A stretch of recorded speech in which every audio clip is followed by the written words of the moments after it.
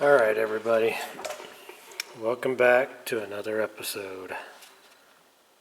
So if you've been following me on Instagram, Facebook group page, then you will know that the junkyard javelin ate the rear end that was in it. Now, I'm not going to go and say it's because it was an AMC rear end like some people have been telling me since I posted that. But however, it is an AMC 15 or a Dana 35 or whatever they call it. But it's the little rear end that they would put in like the 6-cylinder cars. But the reason that we went with that rear end is because it had been rebuilt. Somebody had put new wheel bearings in it, and somebody actually put a locker in it. Now, there's a tag that says AMC locker. Well, this locker that's in it's like a Yukon type of locker somebody put in it. So I don't know what the original AMC locker would look like, but this one here just kind of utilizes some little clutch things and springs, kind of like, the normal limited slip, posi track, whatever would use. But anyways, the 454 ate the pinion bearing or crush bearing, I'm not sure what they use in it, and it ate that rear end. I could not find a pinion bearing or seal for that rear end anywhere. I checked eBay, I checked them all, and I couldn't find one specifying it would fit an AMC 15. Maybe they used the same bearing and seal as a AMC 20, I don't know. But I found an AMC 20 out of a 70 Javelin in a wrecking yard a little ways away, and I was able to get that. It wasn't a locked posi or anything like that, so I got this locker, which we're going to kind of go over. I was going to use the rear end out of that burnt AMX, but it doesn't seem like it's in very good shape. They all have a little bit of play in the yoke and everything from the spider gears, but that one seems to have pretty excessive play, and it was not a posi track or anything either. So found this rear end. It was in really good shape. It's a 3:15 ratio, which is what it is. That AMC 15 was actually a 4:10, which was pretty good, but I imagine the 454 will still twirl this around just as well. So I was trying to find a spool or mini spool to fit in our budget. They make them, but they're pretty expensive. So I did find this Auburn Max locker, or as they call it, a lunchbox locker, and it was like $170 new. Got it off eBay, and looks like an actual legit one. It actually had the stickers and hadn't been opened yet. Some of those eBay things you get a good deal on them, and all the stuff's missing out of them. But came with instructions and all that good stuff. So at least it says track or strip on it. I've been looking at some of the reviews, and a lot of people are just using these for their rock crawlers and stuff in their Jeeps. But so far it's been pretty simple. The biggest problem I had on this one are the spider thrust washers, shims, whatever you want to call them. They were way too thick on this, and so you couldn't actually get this pin in. I'd watched some YouTube videos, and there's actually a guy that put a similar locker, but it was I think a Spartan, in his AMC Hornet V8 car, and he didn't use these thrush washers in that video. And watching his video, it seemed like the shear pins were real super loose in that. But anyways, I tore all this apart, and I decided not to use the thrush washers, even though this manual specifically says you need to use them. And I put it together and it fit, but I mean there was like a 1/4 inch gap, and I'll show you all that here in a minute, and it was really loose. Like these were barely engaging where they're supposed to. So definitely needed to run the thrush washers on here. But anyways, I had to literally sit on my belt sander, which is over there, go buy a brand new belt for it, and I spent about 2 hours grinding down these two thrush washers to make them the same thickness, and that was just not fun. That's the kind of stuff I don't want to do. And I got about the tolerance they want, and they're a little less, but I think really at the end of the day, these need a spin free, and you should be able to put this in and out by hand. Right there you can see where I tried to, because it actually says you may have to tap that in. Well, I tried to tap it in and it wasn't going in. So if you can tell about how thick that dent is on there, and that was on both sides of this, you know, I had to take out a good 1/16, maybe even more between those two thrush washers. But that was the biggest pain. And of course the manual refers to if those are too thick, too thin, go to your local dealer and grab some new ones. Well, good luck on that. I don't think anybody's got thrush washers for an AMC 20 just laying around. But maybe they do, but not here in Bozeman. They definitely don't have any of that kind of stuff laying around. So I'll just kind of go quick over how to install this, because I'm sure you guys are dying to know. Other than the thrush washers, pretty simple kit. The instructions, you definitely have to read them. I mean, there's a couple drawings there. It's not very, I mean, it's detailed, but you have to actually read it. It's kind of got multiple lockers in here it talks about, and you definitely got to kind of read it. You know, because at first I didn't even know if I needed to use these or what, but after I read it, it definitely tells you got to use them. And it tells you some tricks and stuff to do to get all this to fit, because I was really struggling getting this thing together. But anyway, so you basically, you have this thing here, which I had this on backwards and I put a little bit of a ding in it, so I went ahead and really carefully filed this down a little bit. That's why it's shiny here, just enough to get the paint on that little ding off of it. But anyways, you got what they call the cup washer spacer, and then you got your locker with the teeth on it, and your axle goes in there. You got those, and then you got your thrush washer that's on your spider gears that you got to reutilize. That other video I watched with that guy putting that, like I said, I think it was a Spartan, I don't know. You know, he really loads it up with grease. This one here just says put a small amount of grease, so I'll probably just put a little bit of grease on it, all that good stuff. And I really think that's just for it to be lubricated until it starts whirling around and really gets clean. But anyway, so you put your grease and all that fun stuff in there, and take this and stick him in there. And I'm going to kind of leave him in there so I can get that. I don't know why it's fighting me now. There we go. See if I can get this in here. Trying to hold the camera. Alright, hang on.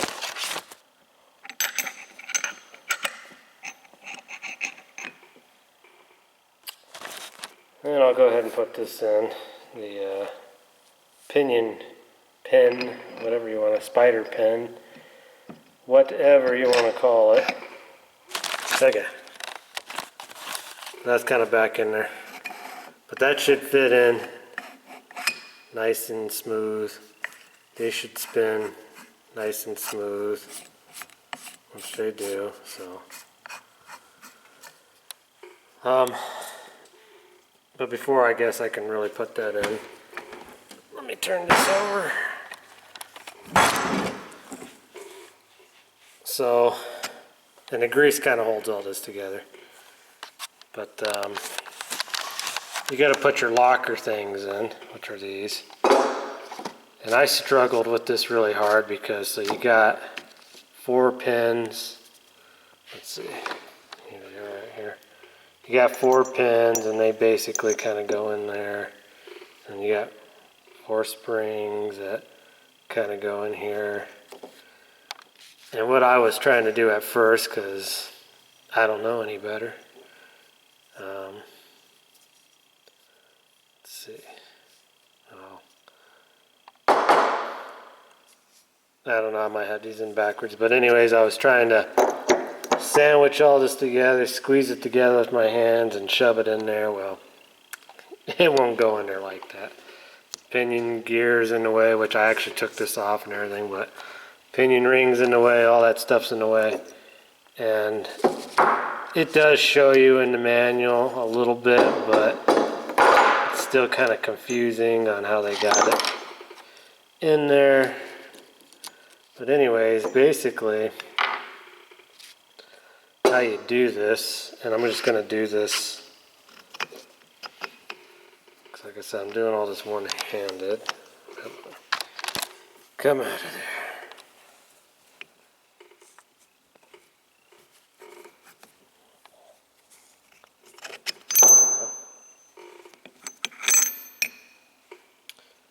Make sure keep these in order here.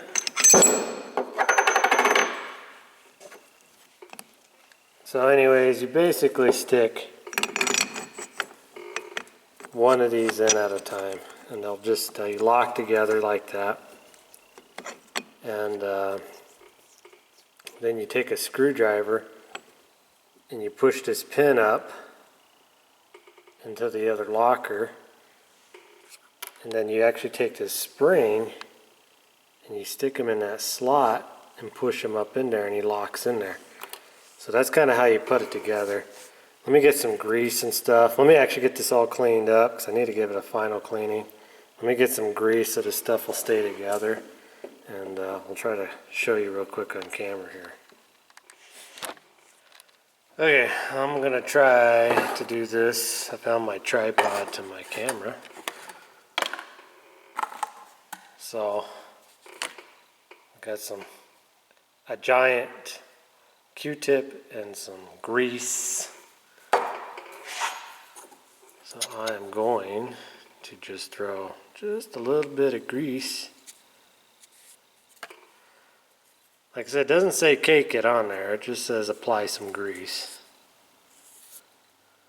And that's what we're going to do. Now, before anybody thinks that I'm saying something against the guy that did the Hornet rear end with the Spartan locker, which I don't know if it's a Spartan one, I think that's what he said. I'm not, I'm just comparing to what I saw, because I watched quite a few videos, and his is the only one I noticed where he didn't use the thrush washers. Now, of course, I wasn't very detailed into that video. Maybe he actually put them in. I don't know. So, just before anybody thinks that I'm being cruel and unusual or anything, I'm not trying to be. I'll throw a little grease around that. And why not? We'll put some grease just in those splines there, just to help things. We'll stick him in there.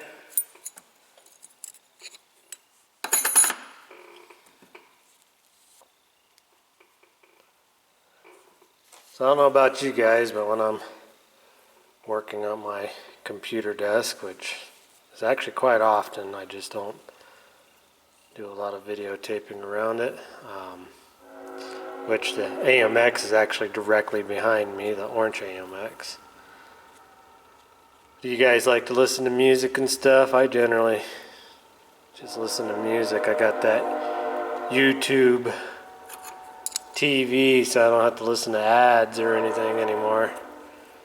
And I find myself listening to Megadeth for some reason. Never really listened to his music. I like classic rock and stuff, but his greatest hits albums came on, and I found myself listening to the whole album. It's pretty good. I mean, he's unique. I can't tell you that I'm a huge Metallica fan. I know he has something ties with them, but anyways, I just thought I'd let you guys know I listen to music usually when I'm doing this stuff, and that's kind of what I've been listening to. So whether you care or not, you get to know what I like to listen to.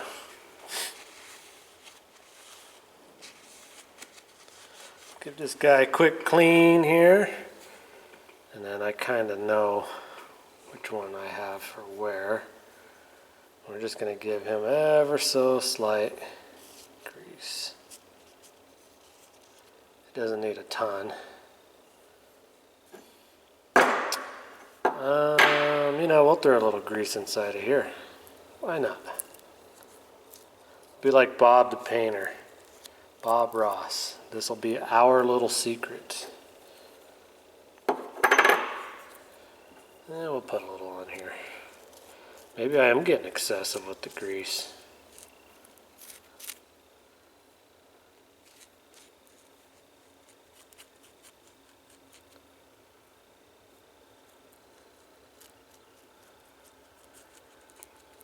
Alright.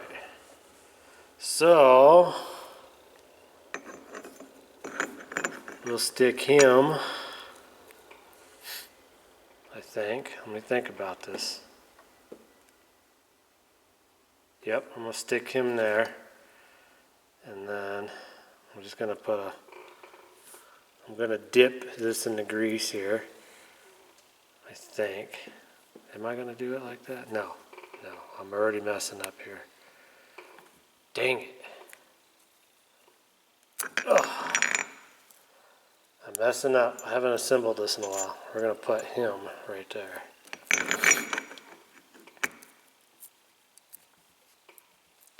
going to take another one. We're going to do the same thing. Dip him into some grease. We're going to stick him right there. Alright, perfect. Now time for the other locker.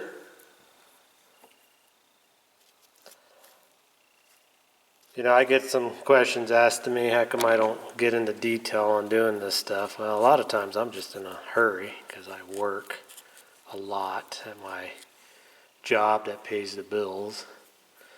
And it costs a lot of money to live here, so I gotta stay working. But today, Memorial Day weekend, I've got a little bit more time on my hands. Not much, but I've got some. So I thought I would just try to be a little more entertaining. Oop, I already screwed up. Okay, we'll just spin him right around. Maybe.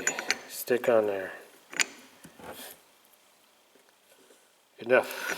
Whoops.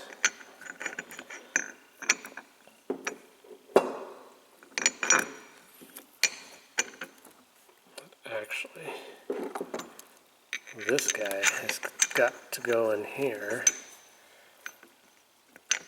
Oh, this is just fiddlesticks. My grandma used to say fiddlesticks all the time. And now I'm saying fiddlesticks. Alright. Oops, nope. Not alright. We gotta put our other cup in there. Thanks for pointing that out. I almost forgot it.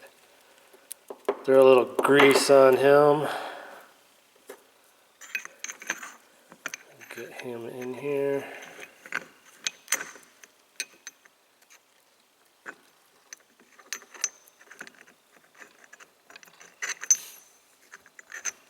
It says you can do this in the car, which you probably can.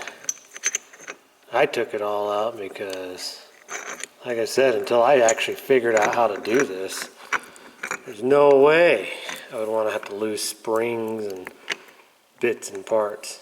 Oh, I screwed up again. Man, I'm just not paying attention here.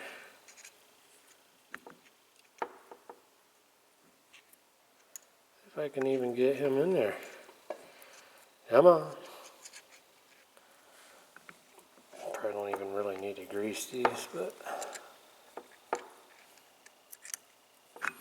since I've already admitted to you guys a whole bunch of times, I have no clue what I'm generally doing. Somebody will probably point that out to me and make me feel foolish. But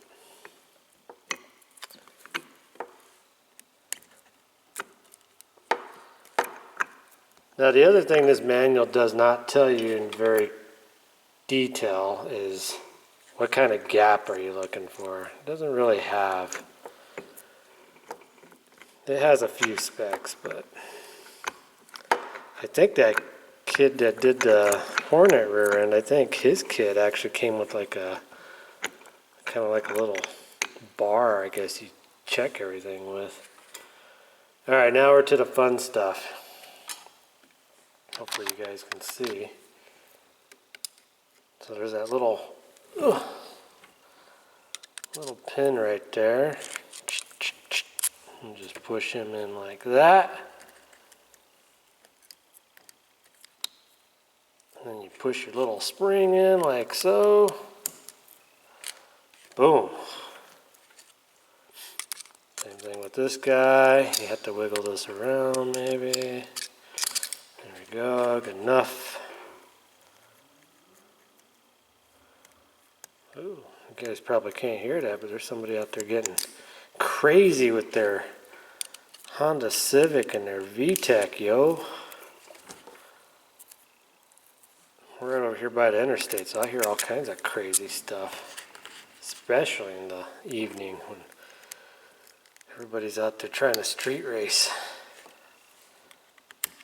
All right, one more here. Bloop. Get him down. Beautiful.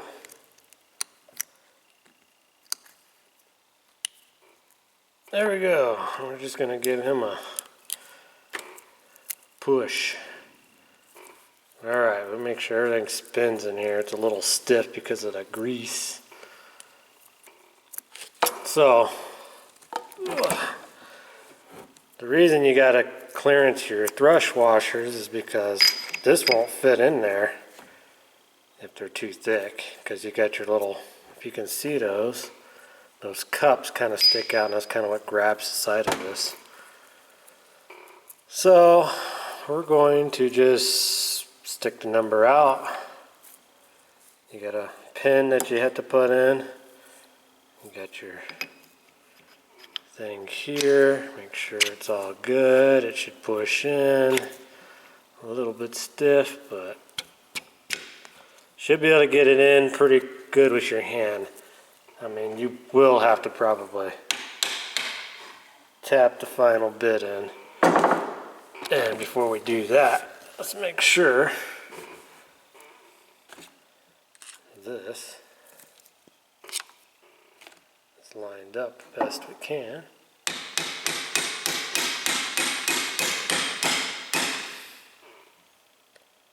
That looks pretty good to me. Okay.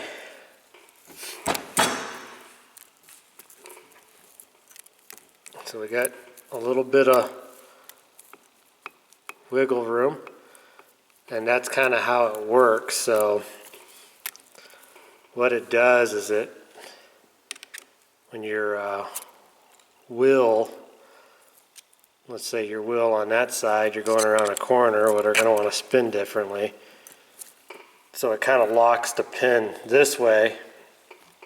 This one's spinning slower, so the wiggle in here rides up on that pin and forces this to open. Like so. So there's enough room there if you can see that. I don't know if you can. Let's try to get you. But there's a plenty of room here for these teeth to actually glide past each other. So without those thrush washers, this gap was like a 1/4 inch. It was huge. And these little shear pins were barely even like grabbing onto anything. Now, the kid that I saw at the Spartan, when he was moving this, now this is just my opinion.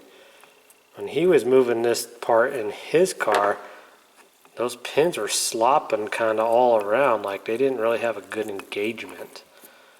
So, you know, I don't know. I mean, I'll be honest, I didn't watch all of the videos. He had like 3 parts to it, but it seems like he was doing burnouts and everything.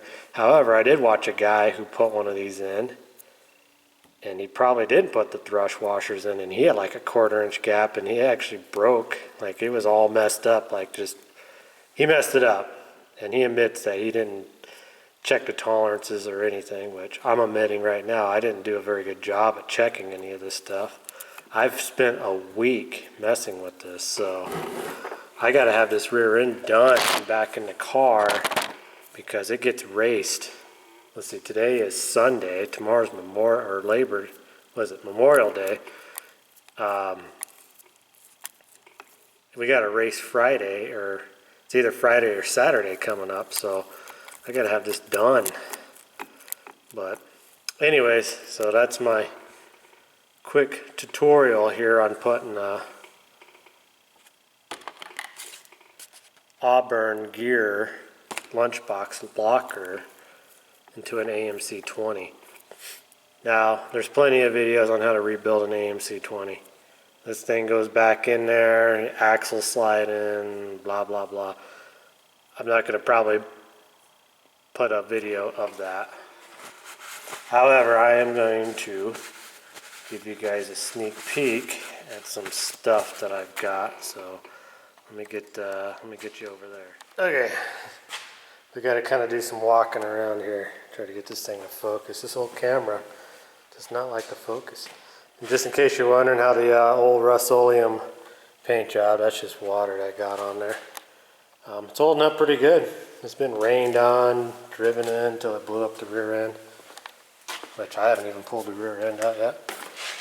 Anyways, if you guys remember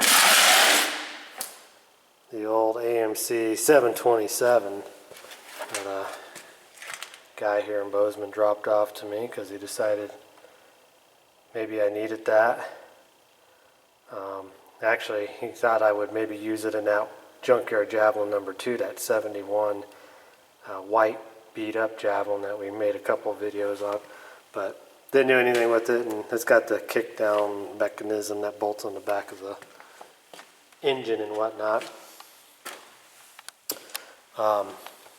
Anyways, I've maybe mentioned this before, but I got the twin to his javelin. He's got the same exact 69 green javelin, same color, but his was actually a factory V8 automatic car.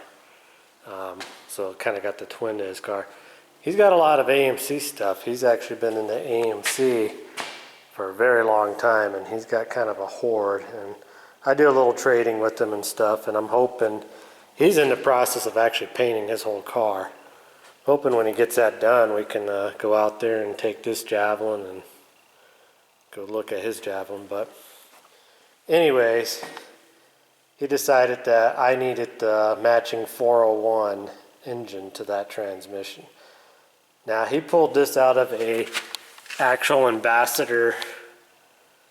They would use it as like a cop car. It was a 72, and so it came out of a big Ambassador car, 401, and I'm guessing it's a pretty good engine. It's got most of the parts for it. It's a super clean bore and everything. Head over there.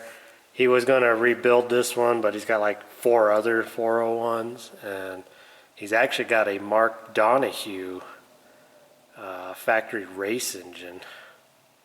A really neat engine over there. I'm going to try to convince him to let me videotape it a little bit. He showed me it once, and he kind of has that one hidden away, but it's a very unique looking engine. It's an AMC 360, but it's pretty cool. It's got some different stuff on it for sure. And then let's focus up a little bit. There we go. So it's got the big flange on it to fit that giant torque converter into it. And like I said, this is the motor from that transmission. And if you follow me on Facebook, I posted a post. I was looking for a 4-barrel intake. He's got a really nice intake, but he's not really interested in getting rid of it. So I don't have an intake for it. So I got to get an intake for it. And it's got an oil pan, but it's not real nice looking. It's pretty nasty. So anyways, I was thinking about building this engine and doing something fun with it, maybe putting it into torched AMX. But I thought I'd just show you guys this. Not that I really need another 401, because believe it or not, this will be the third 401 I've got laying around right now. Well, not laying around. One's in the J4000 pickup truck, and the other one is up put away for a rainy day type of thing. But both of those engines are later 75 onward engines. This one being a lot earlier engine, so it's kind of a cool find, especially being a car 401. I guess it's maybe a little bit better, but you know, I know you got AMC guys out there will probably let me know if it's good or not good. I got the old supercharged small block 400 sitting here out of the orange AMX. Been a busy time. And if you guys are old school channel followers and you followed me from the beginning, you might remember this LS 6-liter. I actually borrowed this motor to a gentleman to mock up in his car, and that was almost 3 years ago. Well, it showed up at my doorstep. So we got my original 6-liter LS engine back, and there's actually some pretty cool stuff that they've just come out with for LS motors. I'm not going to say anything about it right now because I'd have to buy it and really think and ponder about it. But if I do buy it and stuff, keep an eye open for that, because there's some pretty neat stuff now that makes putting an LS motor even easier into an old car. And I've been looking at it quite a bit and kicking the idea around, so I might be grabbing some cool stuff and we'll use this as a mock-up and see how cool it really is. But it looks like it might be an interesting thing. So, all right, everybody. Well, I'm going to quit rambling. I've got to get this rear end put together and hopefully get it stuffed under that car. And, you know, I'll try to bring you guys back on another video here real soon. And hopefully we can just go do some burnouts and some fun stuff without blowing up rear ends. So until the next video, thanks for watching.